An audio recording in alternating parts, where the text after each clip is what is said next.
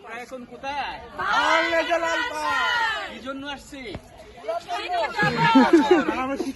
সরকারি সাদত কলেজের অনার্স প্রথম বর্ষের উদ্ভিদ বিজ্ঞান বিভাগের শিক্ষার্থীদের নিয়ে আমরা ভাওয়াল ন্যাশনাল পার্কে আসলাম ওদের সিলেবাস অন্তর্ভুক্ত শিক্ষা খবরের জন্য।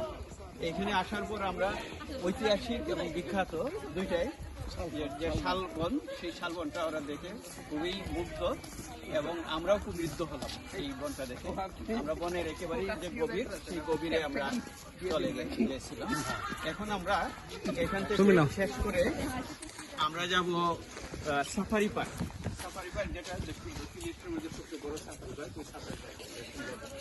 তো আমরা খুবই আনন্দিত, খুবই মুগ্ধ এবং খুবই